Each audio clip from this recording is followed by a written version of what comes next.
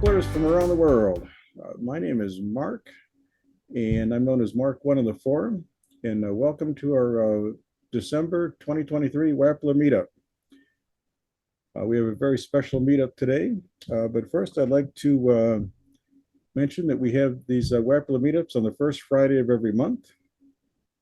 You can search the forum for meetup and sort by latest post to get the dates, times, and links to the meetup. Let everybody know that Wapplers love hearing from other Wapplers. Doesn't matter if it's a success story or a problem, tips, tricks, or a favorite solution. And of course, everybody loves to see Wappler only built websites. The other thing that's very interesting is Wapplers love watching other Wapplers code. There's more than Wapplers like the Swiss Army knife of development. There's always more than one way to affect a solution. And so if you have one or you want to show off your skills and talents, you have a special solution. Or if you simply want to help advance the cause, we'd love to have you at a monthly meetup. Please reach out to Mark One of the forum. Now, without further ado, I would like to introduce George, the founder of Wappler, to present version 6.0. Take it away, George. Okay. Well, hello there. Let me see. Okay. Should I become... Hello, everybody. Let me start by sharing some screens here. Mark, maybe we can... yeah, you have to give me access to share the screen. Okay.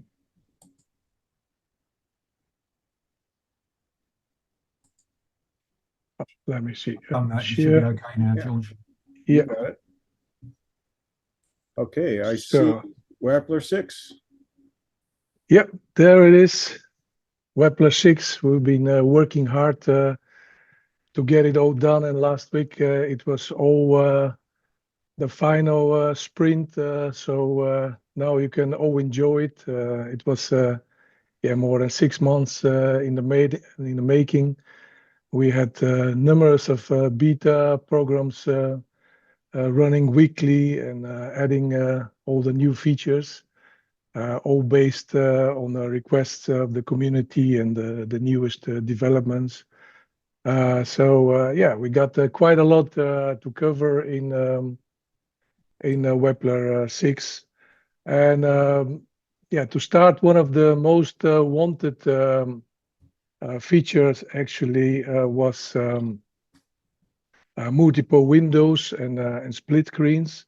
It's so that you can work on more than one editor at the time. And also a greater Bootstrap integration for more visual theming. But let's start with the screens. You can easily switch layouts, for example. So I'm currently working on a single layout, but you can just as easily split the layout now and, for example, open a different page on the other layout. Let me see. Let me switch the project first so we can have more pages. Different page. So you can actually split your layout in multiple editors and just drag around the different editors around as you wish. So you can easily have your workflow actions on the one side and your page, for example, with Bootstrap on the other side, and work in a split view as you wish. You can choose from multiple layouts. You can have them with left and right or up and down layout if you wish. Whatever it suits you. You can even have like 3 next to each other. And yeah, you can drag around all the editors as you wish. So this way you can organize yeah, your layouts in a single editor. But that's not always enough, especially if you have like multiple screens. You might want to undock the editors, and this will actually bring a whole new editor window that you can completely stand alone, put on your second monitor, for example. I'm currently sharing just one monitor, so I cannot show it to you. But for example, if I switch here to a single layout and yeah, make it just on one side. Let me see. So I can like have 2 windows next to each other. But imagine that, yeah, you can just put one window on one monitor and the other window on the other monitor as well. And yeah, have them organized just as you wish. So if you have like even more monitors, you can put an editor on each monitor as well, and they work completely standalone. And you can actually see below the different editors that I have open already. So yeah, a lot of nice editor windows. Let me open one, switch back to the different project. You can close them as you wish. So there were a lot of requests in, yeah, by managing those windows, editor windows, you can drag them around as you wish.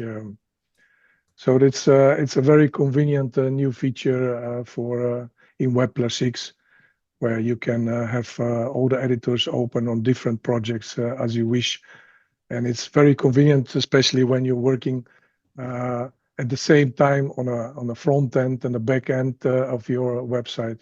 So you can have your Server Connect open on the one side and the design view on the other side. Oh, that's beautiful. We're going to have to get Paul to send us a picture using his 6 monitors. Yeah, so you can finally empower all the monitors you get. Another new feature is the extended Bootstrap theming with Bootstrap 5.3, which goes really further than the integration that we already got, because it fully includes a dark theme, but also a very automatic dark theme generation.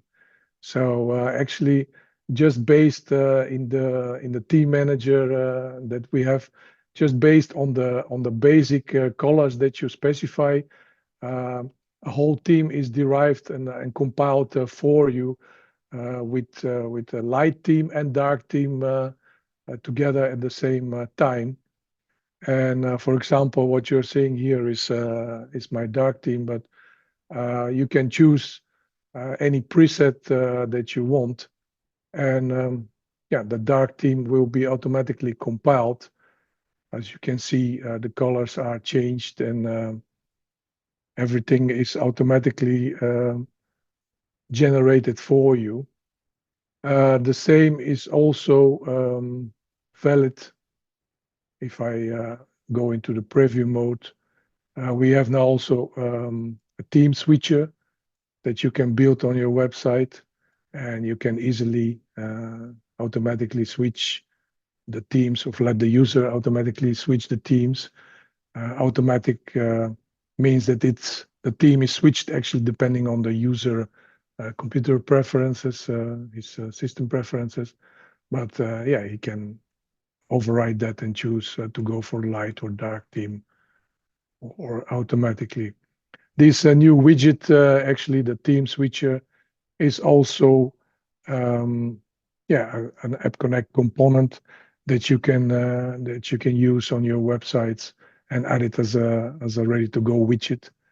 But it tracks the current theme preferences, so you can even and it has its own data state. So next to allowing the user to switch theme, you can actually do a lot of dynamic stuff with it, like showing or hiding things depending on the selected themes, because it's already a data element. You can show and hide themes of specific elements based on the selected theme, or maybe give them a different style. But it's all automatically derived from the colors and the theme selected. For example, let's go a little bit more purple, and then you can see that the themes automatically changed. Of course, you can select the colors by yourself, but it's all we have added much more properties like the new Bootstrap secondary text and territory text colors that you can specify, and everything else is derived from those base colors. You can specify the base fonts, a lot of Bootstrap options that you might want. Default, the dark mode is enabled, for example. Yeah, you can select if you want rounded corners, yes or no, if you want more gradients, transitions, and all the amazing Bootstrap stuff. And everything gets generated for you. As you see in the integration of all the Bootstrap elements here, we have all the new colors that Bootstrap now supports. Like it's not only primary and secondary, but then you have primary emphasis color, and other tertiary and much more foreground colors. And you can see that those colors are now also fully, let me see, fully derived from the theme that you are actually using. So that's about the Bootstrap integration. Let me see if I can show you more. Let's see, switch to a Node project. As you can see, when I switch projects, and for example, in this project, I had a second window open with my editor. The windows are automatically restored when you switch to the project to the last state that you were that you're having with this project before. So now I have an additional window here with my editor that is being restored because I was working with it. And you can still switch very easily, for example, to multiple panels. Like you can easily drag the window inside it, and it will then close the pop-up window and dock the editor window to the specific pane. And from there, you can do a lot of nice things. Other, let me see, other new features from Wappler 6 are, for example, additions to the cloud providers that we support. A lot of Docker-based things like running local databases. In the past, if you were using databases on your local system, you have to install them manually, or use like tools like MUMP or XAMPP to have your local database running, or use Docker that we already extensively supporting Wappler to have a database running per project. But now we also support like a generic databases that you can just install thanks to the resource manager in your local development computer that is your own computer that you are using for development. You can choose to install different services, and you can, for example, add an additional services. And we have all the major databases there listed that you can just install and run locally. For example, I have here a Postgres database. You can, from the database server, you can run multiple database inside, and each database you can use by multiple projects. You can create databases by just calling the context menu and create a database. You can manage users for this database. So you can very easily set up your local development environment, create various databases that you might need during your development. But of course, next to the local databases, you can also connect to various cloud providers. We already support like the major providers like DigitalOcean, Hetzner, and Linode. So you can easily connect to a provider. Of course, you need the provider API key because you'll be creating resources with the provider. And the new thing here is because with each provider, you are creating multiple services and even real servers. All those things are accessed by the so-called SSH key. So that's your secure key that gives you access to all the created services. And in the past, well, you have actually two options for creating SSH keys because those are like, real important keys that you need to access later on all the servers that you have created for your projects, all the servers that you are deploying your projects to. And initially, we had also only a personal SSH keys for you as a person, and they were stored like in your user home directory, which is usually with the .ssh directory, and it's called something like this. But now with Wappler 6, you can also choose to have this secret key stored in the project folder. This is convenient when you're actually sharing your projects with multiple developers, and you want all the developers to have access to the same cloud server that you are deploying to. Then you can create a new specific SSH key just for this project that you're working on, and then publish it to Git or some other repository where when you're sharing with your co-developers. And everybody who has access to this repository can check out the code and also get the private key to access securely the servers that you are actually using in your project. So this is also a new and powerful thing that you can connect all the users to the same project and also give them access automatically to the servers that are used to the live deployments of your projects.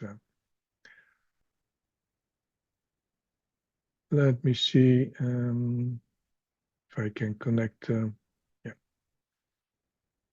You can connect to one or multiple providers, for example, for your project, and each provider has its own servers that you are using. For example, I have here a server on my PHP project running a Hetzner. You can have like database servers. Those are managed database servers that you can create. I have one, for example, running. And existing resources you can just import in your project. So you can use actually a common database server, for example, multiple projects, and you can just import the resources that you need for your current project. Just like I did now, I imported the database server that I have running on DigitalOcean. And yeah, you can manage the databases, like create a new database, for example, because usually you are using a single database per project. So you can create multiple, you can manage the SSH keys that are defined for this provider. Each provider has its own definitions of the allowed SSH keys that are being used for different resources. And let me see, what else can I show you? So a lot of resource managers. So you can define all the resources that you need for your project in a single place. And then the new project options that we have, for example, you can define what kind of, for example, in my live site, you can choose which cloud provider that you have enlisted here you want to use, and which server. So you're creating very easily a new deployment target for your project, and just picking from the servers that you have defined in your resource manager. So there is no need for extended settings. You just pick which server you want to deploy your project to, and it automatically fills all the options of that server. As you can see here, for example, let me make it a little bit bigger. Each server in the resource manager has its own properties. The server that I've created here, give it a name. It has like an IP address. I can see the price of the server that I'm paying per month. The servers for Hetzner, for example, are really cheap but very powerful. So you can easily create them and then directly use them in your project as a target. So you just have to pick the server, and all the settings are automatically filled. And the same is also for the database, for example. For this project, I want to deploy to this server, but I want also to use, for example, the DigitalOcean database that I have created there, DigitalOcean server, database server, and then a specific database within this server, for example, for my project. And it's all accessed very securely over SSH. So when you have your key within the project or within your user folder, then you're the only one that can access it. All those servers are also,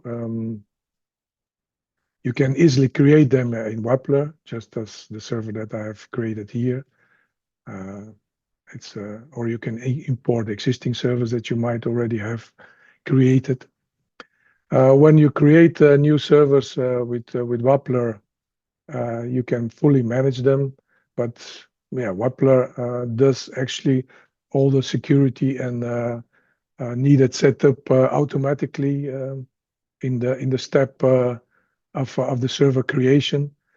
So everything is well updated and secured for you. Servers are set up with standard firewall and everything you really need. So you don't have to worry about that. Automatically updates are being set up, and yeah, firewall with all the different settings are enabled for you. So the only thing you should do is just create a server and assign it as a deployment target, and you can fully publish your website to that server.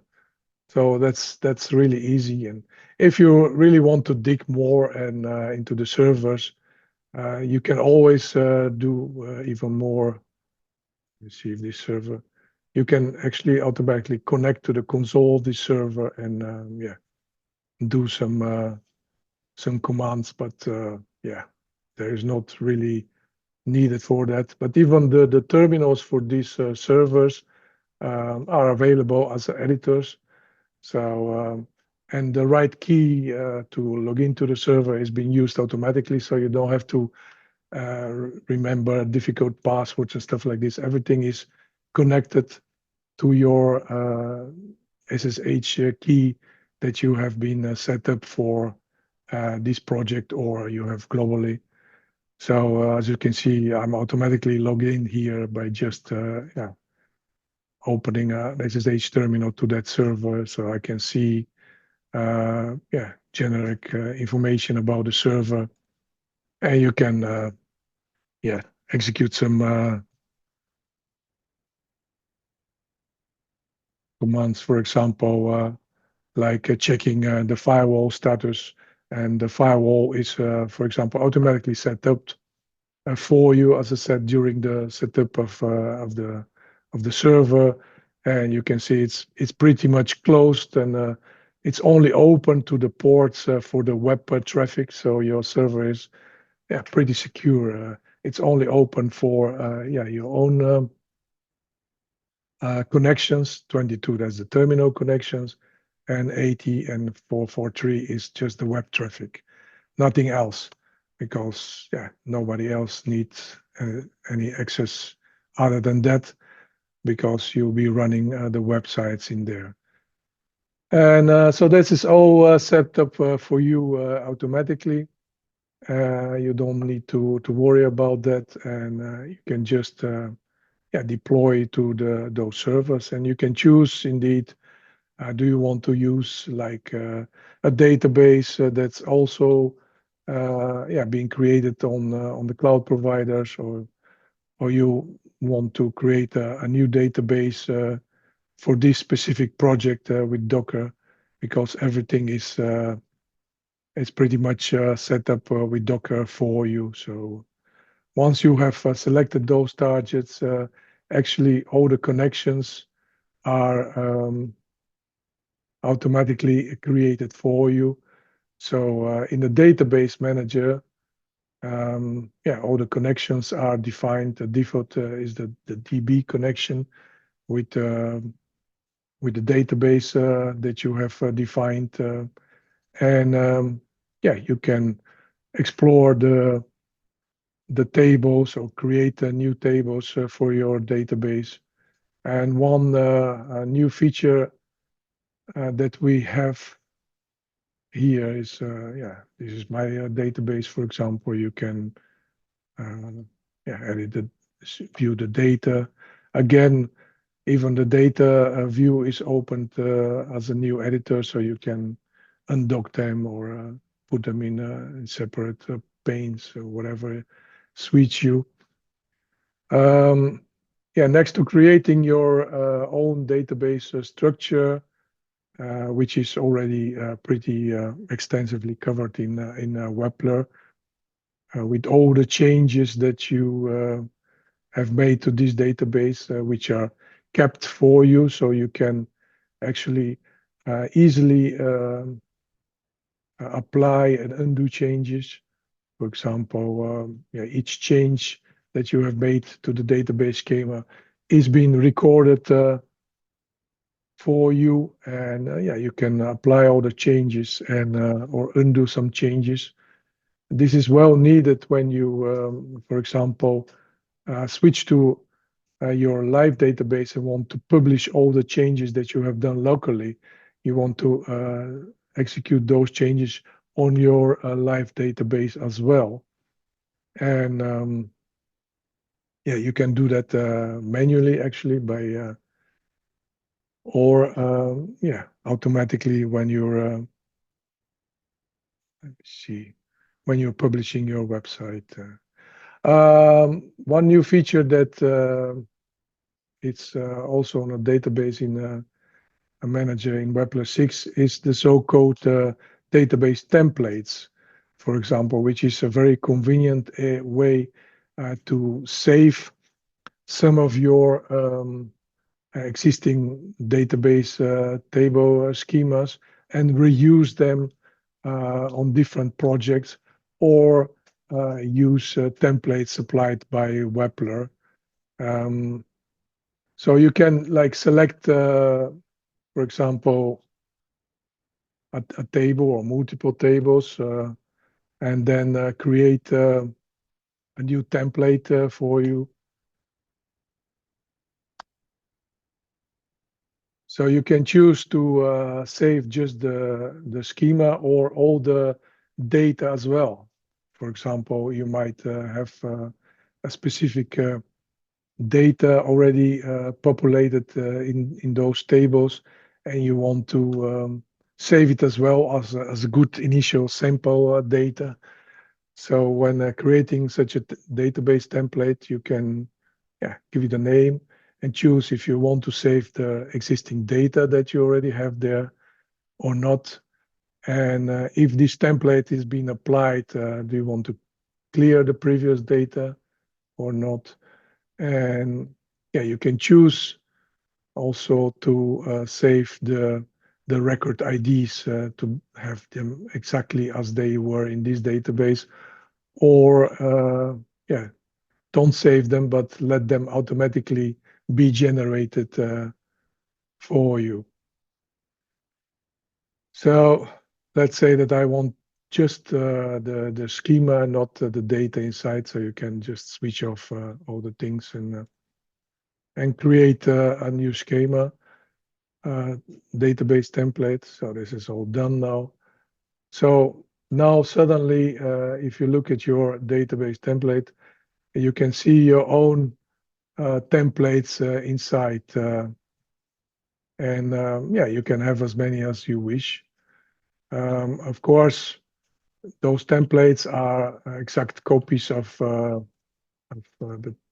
yeah, the tables or schemas that you have selected. So if you apply them and those tables already exist, yeah, you will get an error, of course, because they already exist. But on other projects, when those tables don't exist, you can just select to apply the database template that you have saved, and it will automatically create yeah, those tables, and also automatically save them as a new change, so you can undo the schema changes or apply them to your remote target as well. And this is also very powerful feature, not only for reusing your own database schemas, but also we'll be adding more and more ready-to-go database templates. For example, we are working on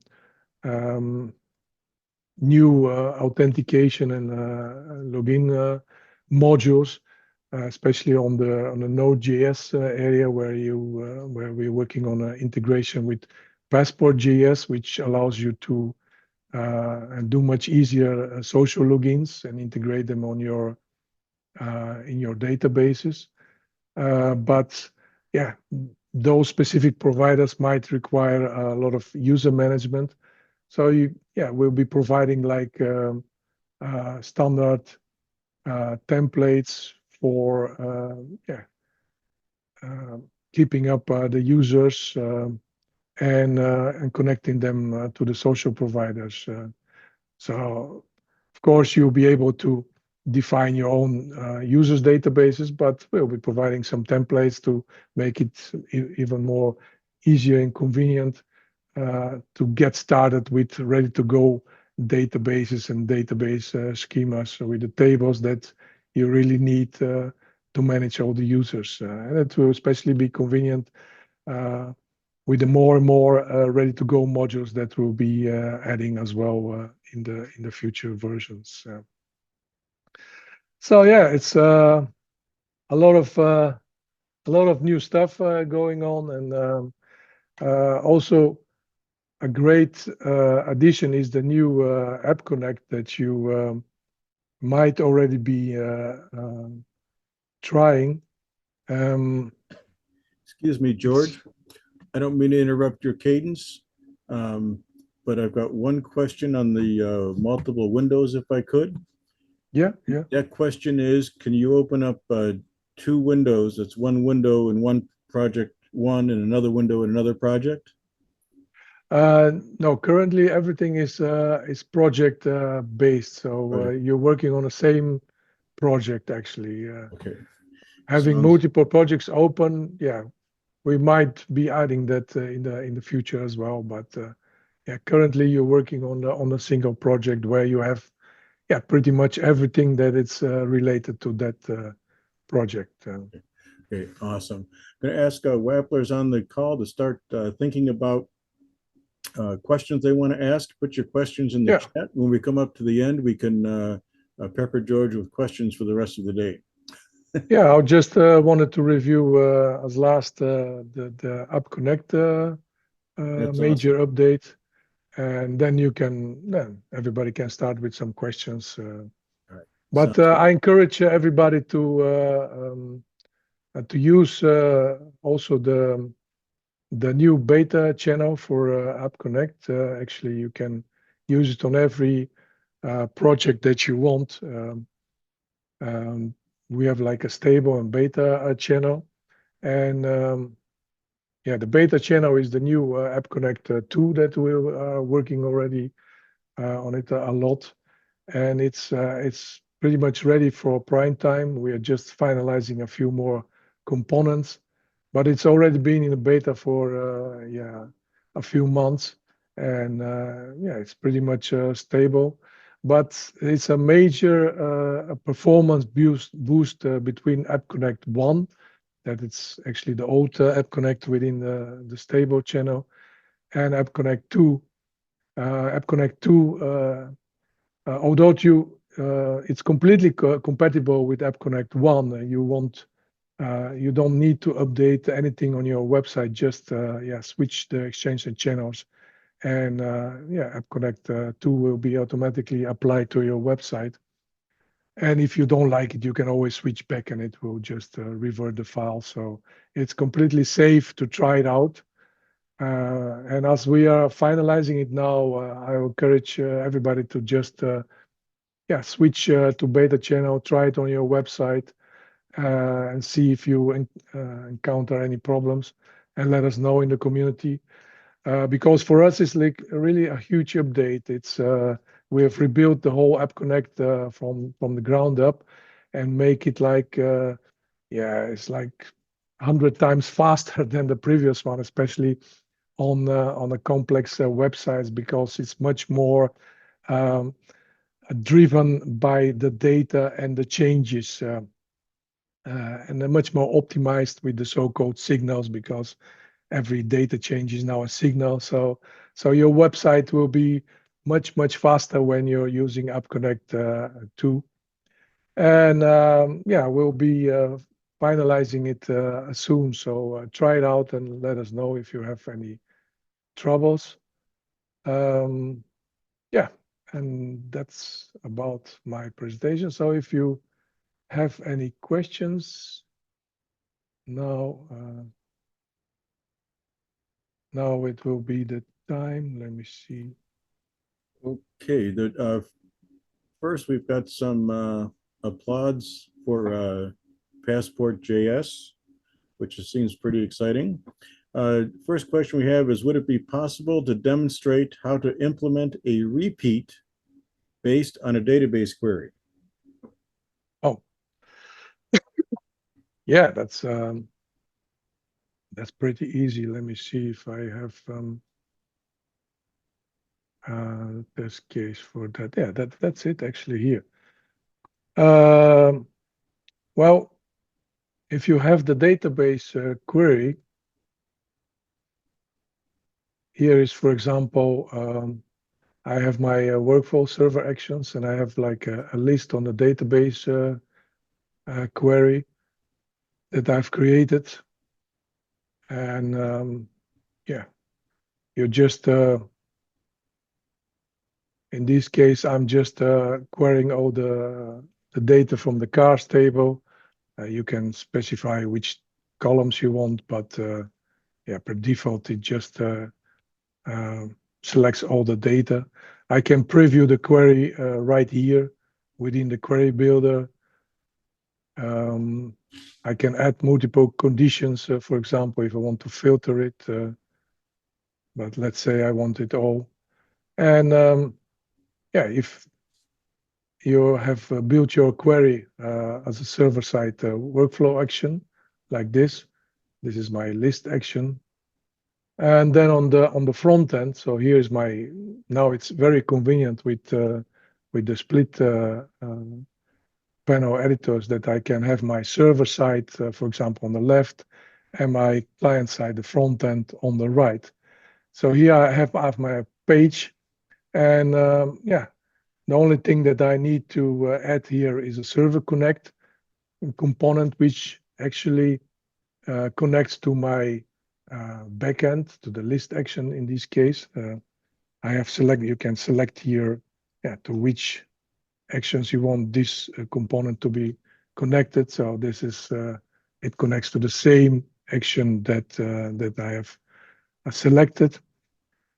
And then once you have connected it to this action, you can pretty easily here have, for example,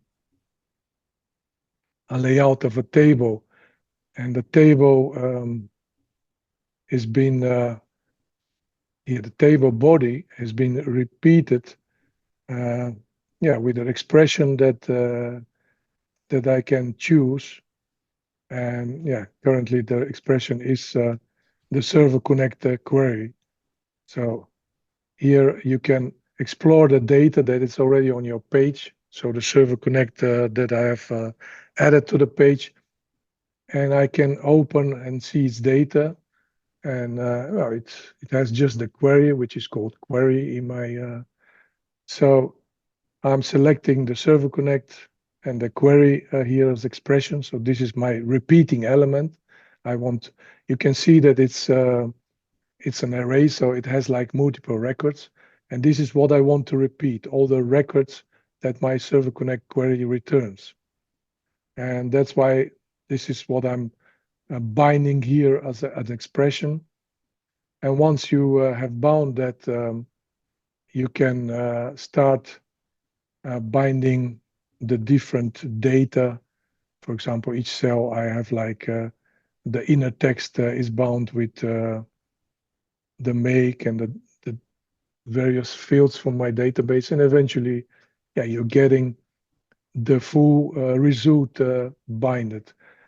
You can do that manually, but of course there are also easier way, like using generators. This is what I've used here, and the generators are just making the whole table for you, for example, so you don't have to bind every field. You just said, well, I want to use this server connect that I already have on the page, and yeah, the query data that I have, and it will automatically see, oh, these fields are inside, and you can add some table options, for example, and when you click on OK, it will generate this table for you, or you can edit it later on by removing some fields that you don't need.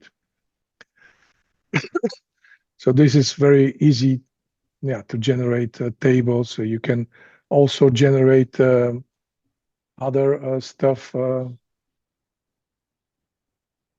Here there are multiple generators. You can generate forms, for example, automatically paging and stuff like this. All the different components are already available here. So yeah, it's pretty easy to use. And yeah, especially as I said, with the new split view of editors, you can have your server side and client side next to each other and just change the server side, and it will automatically change also on the front end side. As you see here, by the way, I forgot to mention, we have now a really visual server-side workflow builder. So every step is in a nice flow chart alike way. So you can, on the left side, you can see all the available actions that you can go. Here I'm doing a simple database query, but you can add much more actions. For example, you can have like a repeat, and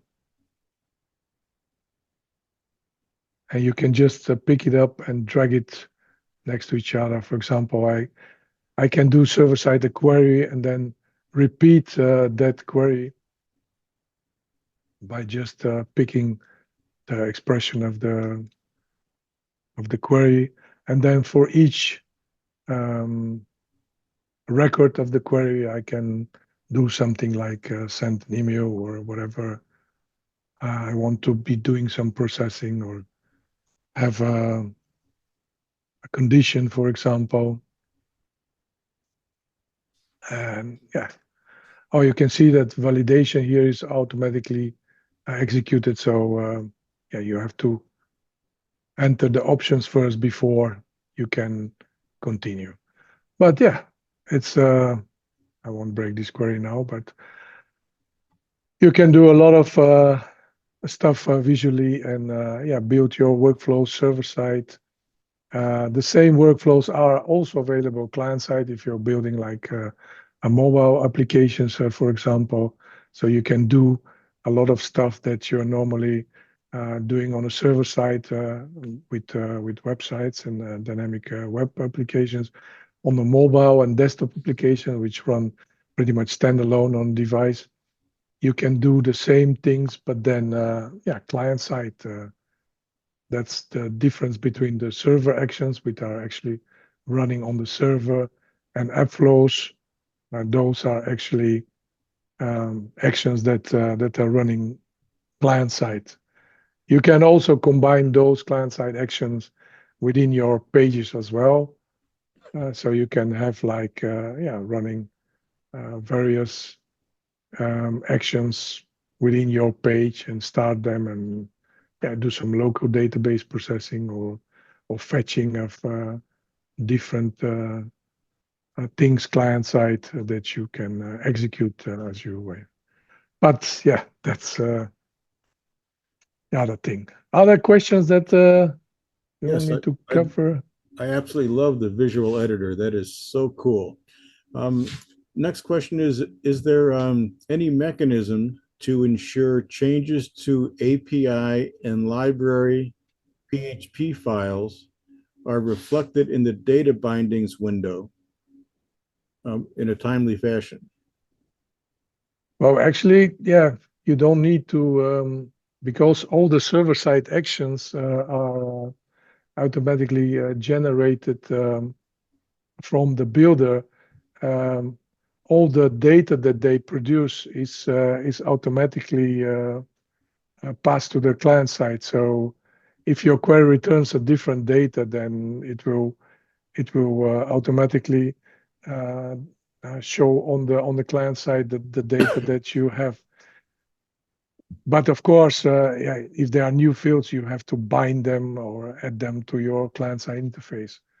But Okay. yeah, everything is passed automatically. So you don't have to change if you're doing some manual coding. Yeah, then you have to do it yourself. But by using the visual tools, everything is done automatically for you. So no need for that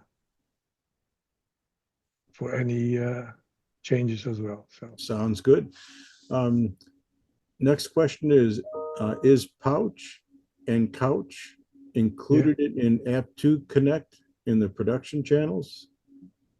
I'm not sure. I think they are still in the beta channel as well. So yeah, Okay, that's fine. but yeah, it's better to run them on a beta channel because they take advantage of the new App Connect 2 already. So Okay, and you want to have the fastest performance in the mobile applications as well. So yeah. good. Let's see here. Is oh, the questions are coming in very rapidly now. Could you use a server project for this? It's typically called an API server because that's the main functionality you will build for other apps to interact with it. Yeah, actually, with the APIs, there are a lot of possibilities. The whole server side that Wappler is already using, our own server action, is actually an API that you are using by yourself by connecting it to the front end. But within this API, you can also connect to external APIs. We have the API connector for this, so that you can define an API connection and from within your own server action connect to external APIs, retrieve data, do something with it, or just return it to your own front end. You can also choose not to go through your own backend, but directly on the front end add an API as a data source, for example. So your front end can directly connect to external API and fetch data from there. So yeah, there is pretty many ways to connect to external APIs, and also the API that you are defining with Wappler on the server side, you can expose it to external projects, for example, or even if you're building your own mobile application, you can have one project that it's been purely the API for your project, and the mobile application will connect to this API and supply the data from it to the mobile project. So you can have like your backend running on the web with your database, and the mobile application that is running on a mobile device and connecting to the same backend and fetching data and performing some actions and stuff like this. Yeah, so All right, a lot of very good. George, you and the team have done a fabulous job with this. I get all kinds of applause and accolades. This is the future in Swiss Army knife of website development. It's absolutely amazing. There, we got a couple of folks asking a question about this fantastic new set of features that you have. You've spent a lot of time developing version 6 and all the features. What are your plans about maybe pausing and making sure that all the features are totally robust and the bugs are worked out of them? Yeah, the plan is as we always do. We're actually constantly improving the features, but also fixing bugs depending on the priority and the reports from the community. So it's really important for us to listen to the community, and this is what we do. So all the wishes and the reports are coming from the community, and it helps us prioritize new features and bug fixing at the same time. So the more people have some specific issues and they report it in the community, and the higher the priority that we put on those things. And yeah, the less bugs reports, but a feature requests are posted, then we are switching to bug reports as well. So offer to new feature development as well.